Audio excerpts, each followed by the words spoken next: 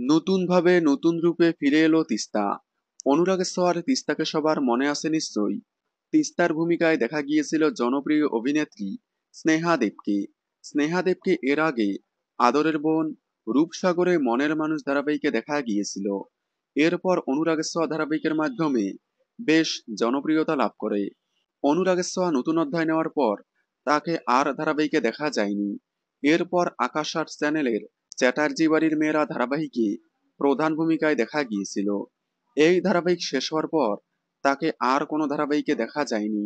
শোনা গিয়েছিল জলসার প্রফেসর বিদ্যা ব্যানার্জি ধারাবাহিকে একটি গুরুত্বপূর্ণ চরিত্রে দেখা যাবে তাকে, কিন্তু তিনি সেটি রিজেক্ট করে নতুন ধারাবাহিকে নতুন রূপে ফিরলেন। তবে মজার বিষয় হলো, বাংলার গণ্ডি পেরিয়ে এবার তেলুগু ভাষার নতুন ধারাবাহিকে দেখা যাবে তাকে। অনুরাগের ছোঁয়ার সোনা অর্থাৎ অভিনেত্রী নিশা পোদ্দারের মতো তেলুগু ভাষার স্টার মা চ্যানেলের নতুন ধারাবাহিকে প্রধান নায়িকার ভূমিকায় দেখা যাবে স্নেহা দেবকে। ইতিমধ্যেই সামনে এসেছে স্নেহা দেবের নতুন ধারাবাহিকের প্রোমো। স্নেহা দেবকে আপনাদের কেমন লাগে? তার নতুন ধারাবাহিক স্টার মা চ্যানেলে আসায় আপনারা কতটা খুশি হয়েছেন কমেন্টে জানাবেন। বাংলা বিনোদনের এই ধরনের সকল আপডেট সবার আগে পেতে চ্যানেলটি সাবস্ক্রাইব করে পাশে থাকা বেল আইকনটি বাজিয়ে দিন। ধন্যবাদ।